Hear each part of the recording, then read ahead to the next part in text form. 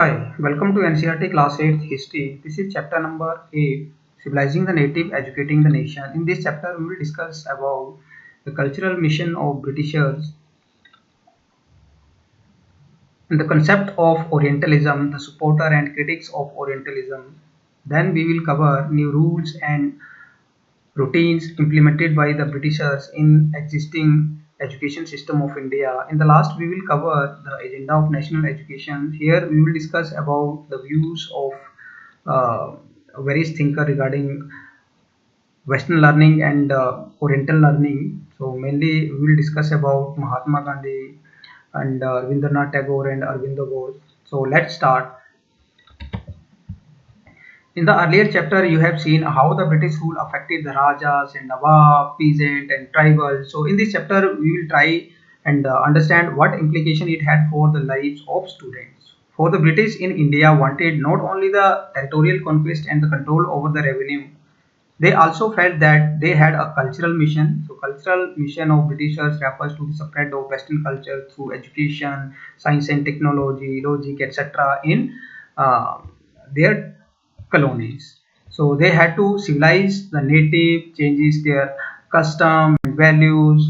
Okay, so what change we introduced over the Indians civilized and made into what the British believed were good subjects. So these were the question in front of the Britishers. So the British could find no simple answer to these questions, and they continue to be debated for many decades. Right.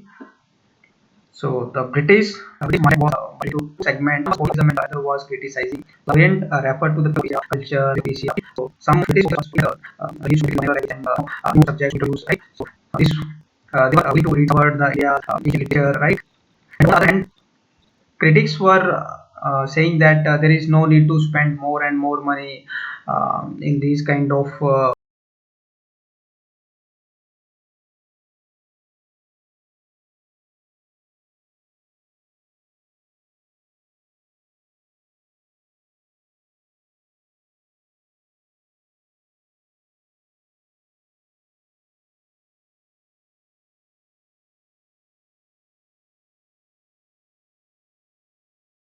this kind of learning and subjects, right? So they were willing to introduce new kind of subjects, and they were supporting that Indians should be made familiar with the Western learning, science and technology that the West had made. Okay. So they strongly criticize Oriental learning. So let's discuss. So this is first topic, how the British saw education. So let us look at what the British thought and did, and how some of the ideas of educations that we now take for granted evolved in the last 200 years. So in the process of this inquiry, we will also see how the Indians reacted to the British ideas and how they developed their own views about how Indians were to be educated. So the tradition of Orientalism. So Orient word refer to the people or region of Asia. So this refer to the custom culture of Asia. So here we will discuss some thinkers. They were supporter of the Orientalism, and they were saying that the medium of instruction should be in vernacular languages, right? And no new alien subject or new subject should be introduced, and the people should be educated in ancient subject, right? Which were known to them. So in 1783, a person named William Jones arrived in Calcutta, and he had an appointment as a junior judge at the Supreme Court that the company had set up. As you know, there is post research, different courses like and Calcutta was open. So he French, Sanskrit, etc. So he studied and Latin and is at Arabic French, right? So at Calcutta, he began spending many hours a day with the Pandit who taught him the subtleties of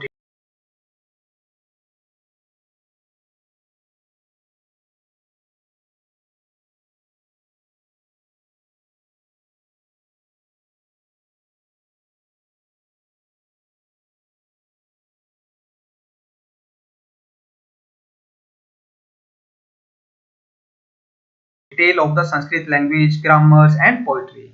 So soon he was studying the ancient Indian texts on law, philosophy, religion, politics, morality, arithmetic, medicine, and other sciences. So John discovered that his interests were shared by the British official in Calcutta at that time. So English Henry Thomas Colebrook and the Nathaniel had also busy discovering the ancient Indian heritage, mastering Indian languages, and translating the Sanskrit and Persian work into English. Right. So together with them, John set up the Asiatic Society of Bengal and started a journal called Asiatic Researches. So he was the journal the person who is Orientalism must have it. Someone had to represent a particular body and they had wait for the boy and the rest. So they had a Egyptian passport had to be declined. And they would understand India it was necessary to discover the sacred and legal texts that were produced in the ancient past. So sacred legal texts okay, so those are real and of the texts would in India. So some went about the ancient and then making it better, right? So they were able to know areas, but they will discover the global past of India. Okay, so the British learned also held the Indian research on and also so yes, so British would become the guardians of the Indian culture as well as its master. So influenced by the such ideas.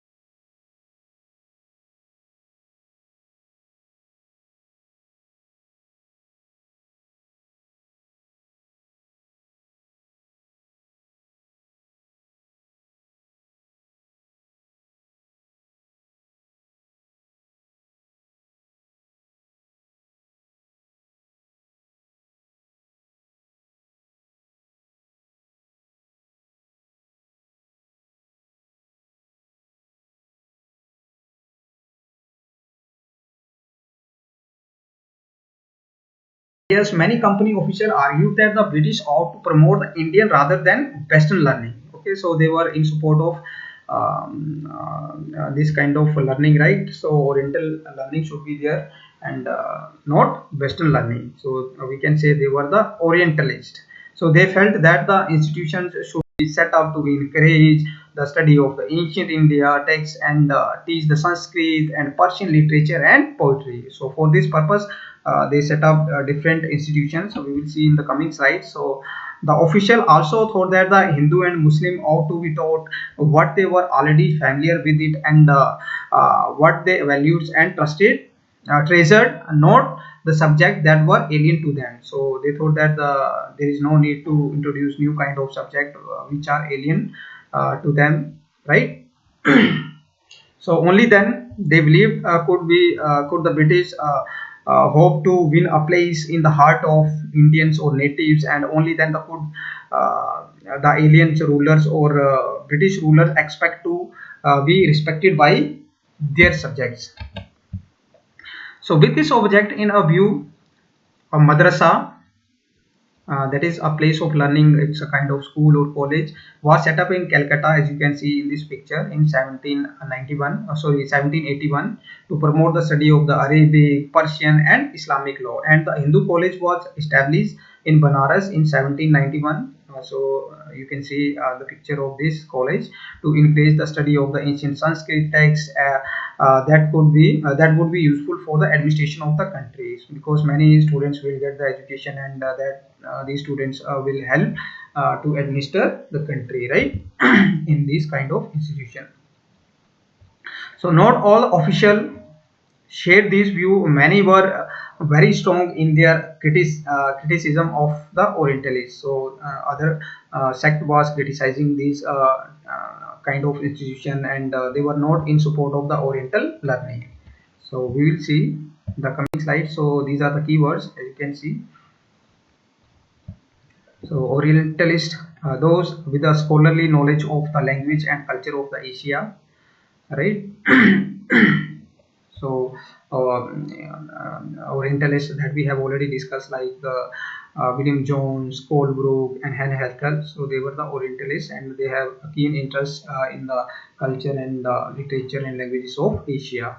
The Munshi refers to a person who can read, write, and teach Persian. A vernacular refers to the local language or the dialect. The madrasa refer to an Arabic word. So this is a place of learning. Okay, and any type of school or college we can say. Now next is grave error of the East. So from the early 19th century, many British officials began to criticize the British learning. Okay, so this is the knowledge of the East was full of error, and it is unscientific, and Eastern literature was non-serious and light-hearted. So this was the opinion of critics. So they argued that it was wrong on the part of the British to spend money, okay, to encourage the study of Arabic, Sanskrit, and language and literature. James Mill was critics of this. The British effort he should not we teach what the native only or in that way.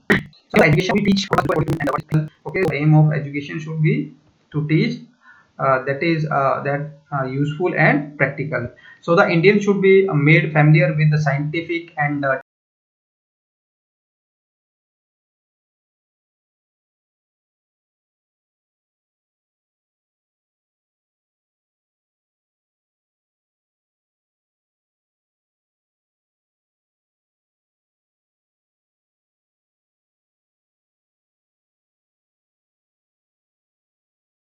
technical advances that the Western countries have made, rather than with the poetry and sacred literature of the Orient or Asia. Orient refer to Asia.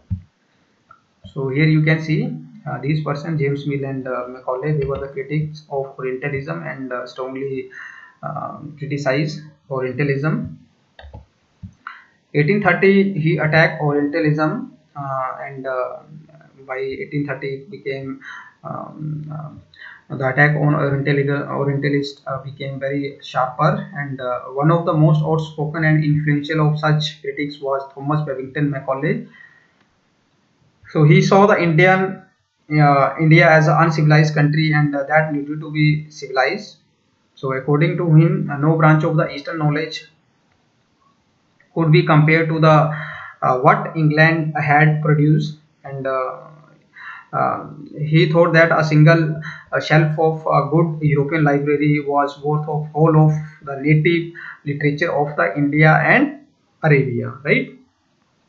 So he argued that the British government in India stopped wasting public money in promoting Oriental learning, for it was because it was no practical use. Okay, so there is no practical use of this kind of learning, so no need to spend more money on this kind of learning. So with a great energy and passion, Macaulay emphasized the in language.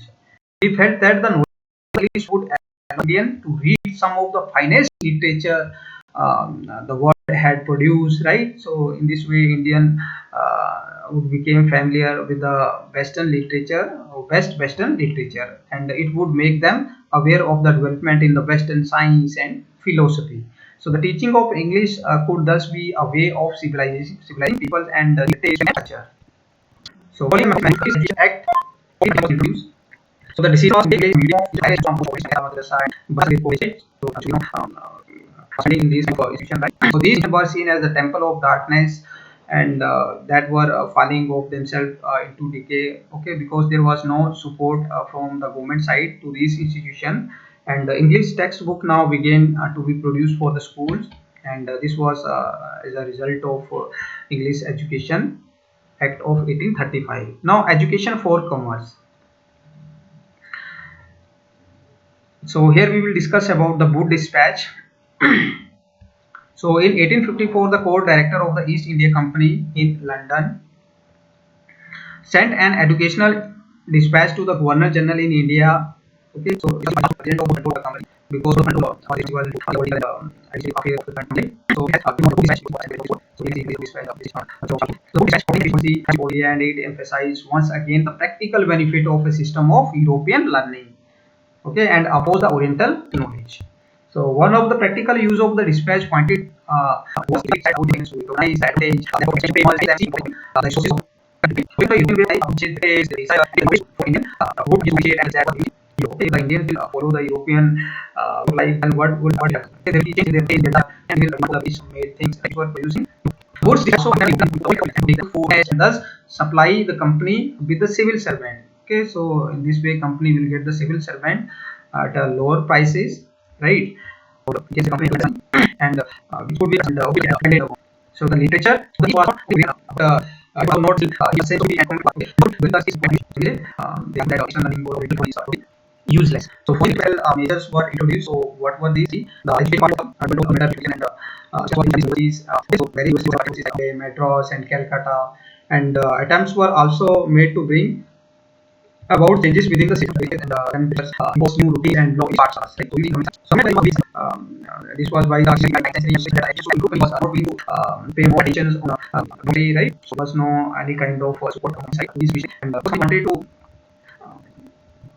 make strong investment in India. Okay, so company was willing to make its presence strong in India. So this was the reason. So until 1830, the East India Company was opposed to missionaries and missionaries for creation of the population and them. So this was the reason the company to interfere in some tradition of Indians. So the missionaries of okay. So and this college of here. So this is China missionary school. So over the 19th century, the missionary schools were set up.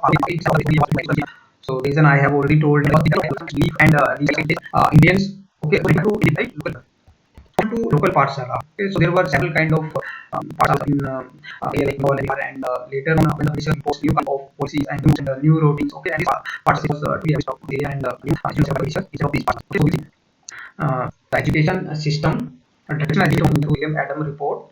So in 1830, the William Adam, a Scottish missionary, toured the district of Bengal and Bihar, and he had been asked by the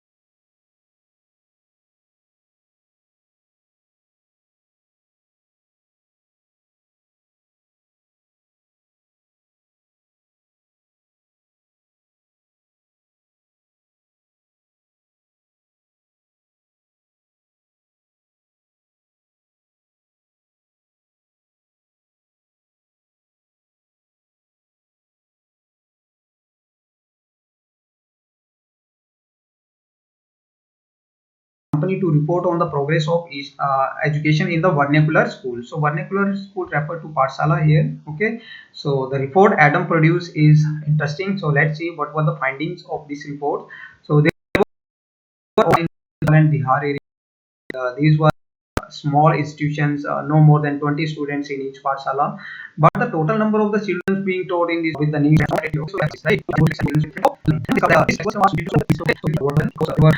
go to their home with their parents.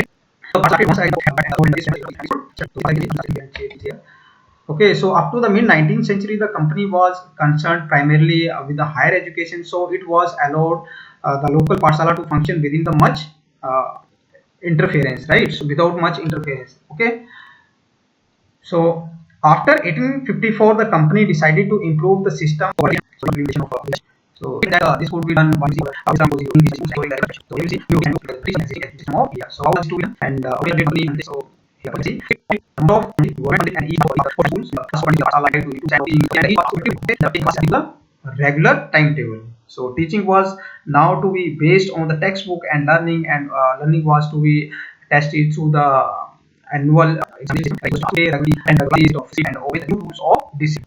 Which and the group who wanted to retain for the new pasalas. Okay, so, these old students were not able to complete with the so system. So since the timetable was flexible. Okay, so the discipline of the new system demanded a regular attendance. Even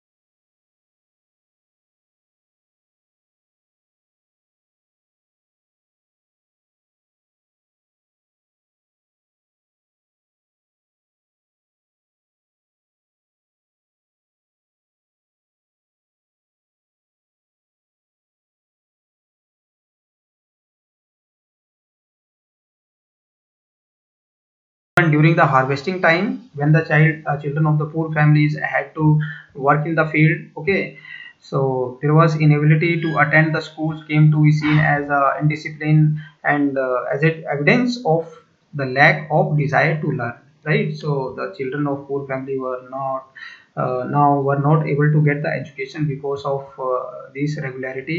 So Arvindo Ghosh stated that the goal of national education was to awaken the spirit of nationality among the students. Okay, so that should be the goal of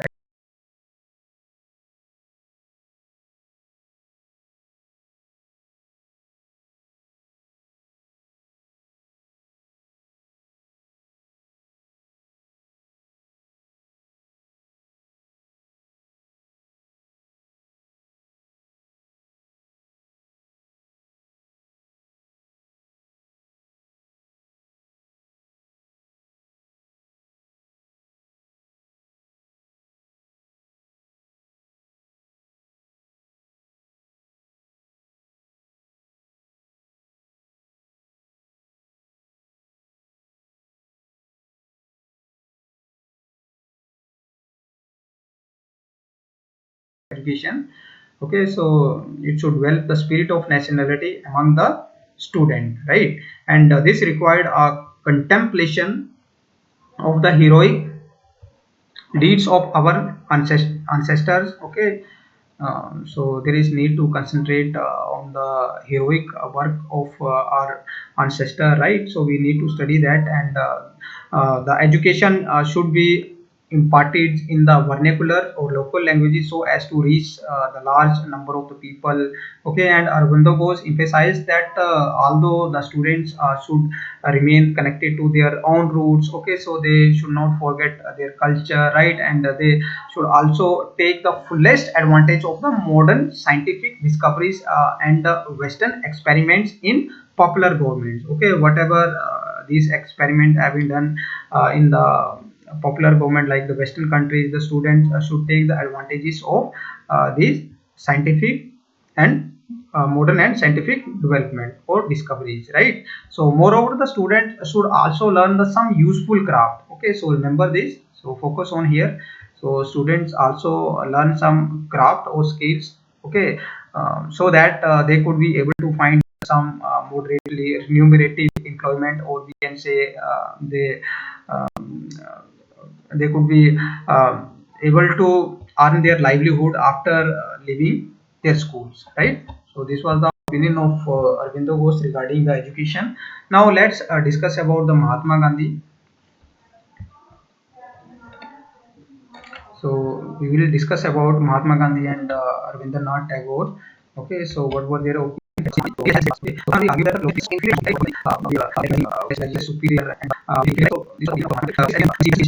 by their own cultures. Okay, so in this way, the Western learning that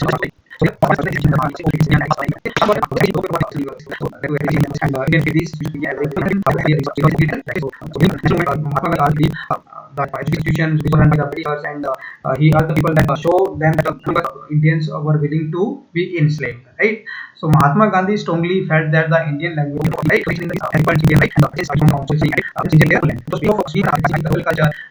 the English educated how to relate to speak.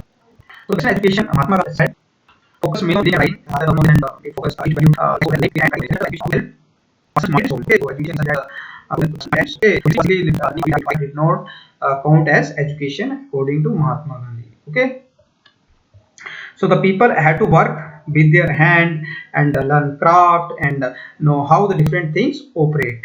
Okay, so in this way, Mahatma Gandhi focused that some learn skills. Okay, sentiments spread. Picture of Rabindranath Tagore, and award of peace set up refers to Shanti Niketan. Okay, so Shanti Niketan was set up by the Rabindranath foreign no, these are institution 1900. So I would use like right. So like doing about this way, Rabindranath Tagore. Okay, so I say that about education. So owing on growing up, he wanted to set up schools where according to the they were very and very the result of So that is and the hygiene and of the child curiosity, right? So according to the Tagore, the existing school is to be creative. So that is not away from the and all the things. So we need with the nature to create creativity. Okay. So it is like it is starting in the mentioned times. So then we can this speakers again. So in this is the Tagore normally strongly criticize the Western and the civilization because in technology. On the other hand, Tagore wanted to combine the element of the modern Western civilization with the what right, and so in this technology art and sciences. Okay, so we the thing of the right, so and some British and other